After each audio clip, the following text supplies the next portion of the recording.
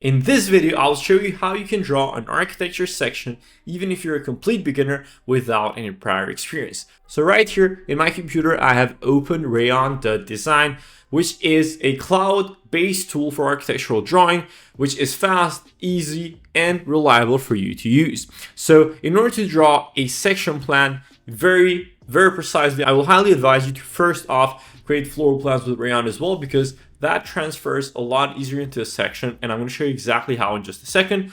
But if you want to see how I created this floor plan right here in Rayon, super simple, super easy, and get started off in your first steps, you can also find this video of how I created this in the description. First of all, what I want to do is that I'm going to go ahead and copy this whole floor plan right here. And I'm going to go ahead and delete all of these extra annotations that we have here. First off, you can also tell that we have the section line with a view directed over on that side. So first off, we'll get started and removing all these elements behind the line. So that would be the whole TV stand, and all of these other ones we can select one by one. And instead of them being a top view, you can see how easily we can basically go ahead and turn them into a front view. And then the table, we can go ahead and turn it into front view as well. So let's rotate it like this.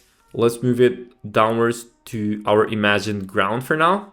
So something like this. Let's go ahead with the plant as well. Let's rotate it for 45 degrees. Let's place it over here. Then we can select this as well. In the carpet, there's not much to turn into a front view, but we can turn into a front view the actual sofa here. So you can select this. Let's turn it into front view. Let's put this downwards just like this. And maybe we do want the coffee table a bit lower. And then the ottoman, let's put the ottoman just like this as a side view as well. Let's rotate it. And then let's go ahead and do the same thing for the lamp. And then finally, for the window, we can go ahead and put it as a side view. Let's take these off. First thing is that let's set the height of the floor here. In this instance, I'm going to imagine that this is going to be a 3-meter high floor. Let's do a 3 and enter.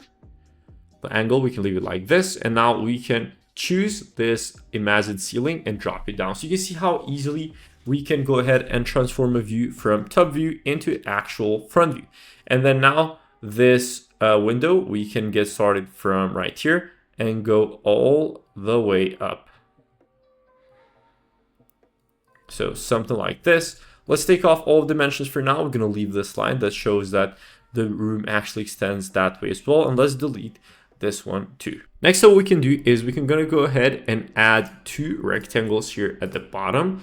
The first one is going to be for the insulation, but as you can see, this is just way too thick. So I'm gonna turn the stroke into 0.05, and then let's turn off the dashes, and then let's make this an insulation type of fill. First off, let's also take the stroke to a darker gray, and then let's add a hatch here, which serves as an insulation fill, which could be the oblique compact one. One thing that you also have to keep in mind, as you can see right here, this is overlapping with the line weight of the floor here, which we do not want. So in that instance, what we can do, we can just go ahead and put this on top, similar to what we have here. Let's select these. Let's take this off. Let's move this upwards. Now let's select this insulation. Let's move this upwards as well. I think this needs to be even thinner. And then this top rectangle, we can turn it to look as flooring. So we can go here at texture. Let's go downwards to, for example, chevron. And we can probably leave it to something like this, or maybe even make it a bit thicker. Now let's select these, this, and then let's scroll downwards so that they all touch the ground, and that way the whole drawing looks a little bit more accurate. Now, one more thing that I think we should add here is that there is going to be a line that goes from the top to the bottom here, which is visible in the back. But this should not be the same line weight as the walls that are being cut from the section plane. Instead, we will go at the stroke. We are going to go ahead and turn off the dashed lines. We are going to go ahead and make this a softer gray instead of a full-on black. And let's make this a lot thinner at 0.5, that is a bit too much, but 0.13, which I think should look something like this. So next up, let's work a bit on the back of the wall here with the textures. So first of all, let's imagine that there is something like a wall panel here. And then I'm going to go ahead and make the stroke at 0.13. Let's take these lines off. Let's turn the dash lights off. Let's make this a soft gray. And then we can add a texture fill. So let's go to hatches. I'm going to go ahead and select just basic vertical hatches.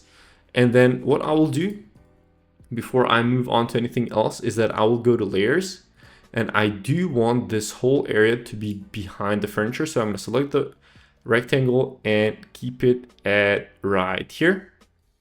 So this makes a bit more sense. And then I will go and turn the stroke up a bit at 0.18, the outer stroke. And then I will go ahead and add a background here. So for instance, we can add a fill, which can look a bit like, I guess, light wood. So maybe something like this. And then definitely we do want to transform this and make the scale a bit smaller. So 0.25, that is a bit too small, 0.4. And then we can also change the stroke to be just a little bit darker than the hatch. So something like this could look even better. And then we can go ahead and duplicate this upwards for something like this. And let's go ahead on the hatches or the textures once again. We can go at patterns. Let's scroll downwards. I think I will choose this one for now, but I will change the fill to a soft gray, and I'll change the stroke to a dark gray. And then let's edit this and make this 4x, which may be a bit too much. Let's go for 2x. And then we could probably just leave it like that. What I do not like is that it is a bit too similar in terms of weight of the color than the in the walls as well. So what we can do is we can also try to go for some sort of olive color here, which is a bit softer, which I actually think looks quite nice. And then we can do the stroke, same thing, but darker. So something like this. And that way it looks like some sort of... Now, once again, I'm going to select a rectangle. I'm going to turn off, and then I'm going to turn off the dashed line. Let's go for 0.18 here. And then the stroke, I will keep it as something like that. We're going to get started from here to over here. And then I will add a very soft fill of something like this. But I do want to make sure that this rectangle sits at the back here and it doesn't interfere or overlap with the other parts of the stroke. Maybe this could be even a softer gray. Now, what we could add here as well is we can add, for example, someone sitting. So let's just drag and drop someone, which is a top view right now. We can actually import it as a front view as well. And it would look just like this. And honestly, I think that's fine because it gives a bit of a sense of scale to the whole area. And then we can we can go inside the group, and I do want the outer border to be softer, so I'm going to make it 0.18, and then once again maybe even make this a bit of a softer gray. So something like this. Then at libraries we can put in painting, and we could probably add this 3 painting composition here at the back. And I think slowly the section plane is coming to life quite nicely because we have added elements and we have added more context. Now, in terms of aesthetics, there's one more thing that I would like to add, which is a shadow. So I'm going to use a polyline here. Let's draw from here to over here. Let's go downwards. Let's select them like this. Let's take off the stroke completely. Let's add a gray fill, and then let's lower the opacity to something like this. As you can see, this adds a bit of a feeling of scale and depth onto all of this. Next up, let's add some annotation, dimensions, and all of that stuff. So let's go at text first. I'm going to type in section A. I'm going to click enter. And then one thing that I like to do is that I want to keep all the annotations on the same color. So I will put this soft red to something like this. Then we can add some sort of annotation with leader as well. So we can go for something like this. We can type in wall panel, for example, material, wood, color, light brown. We can click enter. And this is way too big in this instance. So we can adjust the text to be 0.8, 0.08, or 0.12. And then the arrow, instead of being an arrow, we can also tweak it to being just a circle, something like this. Maybe even smaller, to 0.08. Now let's add the dimensions. I'm gonna click once on the starting point, another time at the ending point.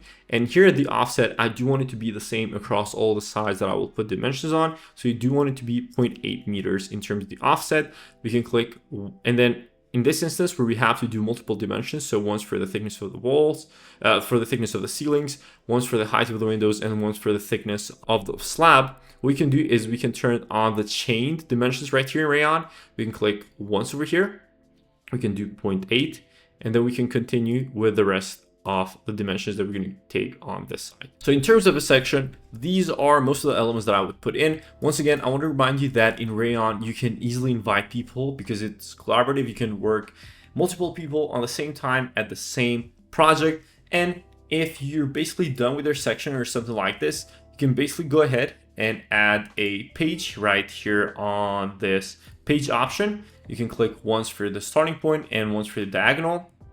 And then we can go ahead and share this. You can go to presentation. I can update this. And then if you click open, you will see pages available for you to present your clients. So this would be page 1. And then our section would be page 2. And this is what it came out to. In my opinion, it looks very clean. It is very aesthetically pleasing. And if you do want to watch more Rayon tutorials on my channel, make sure to go ahead and watch the video right here.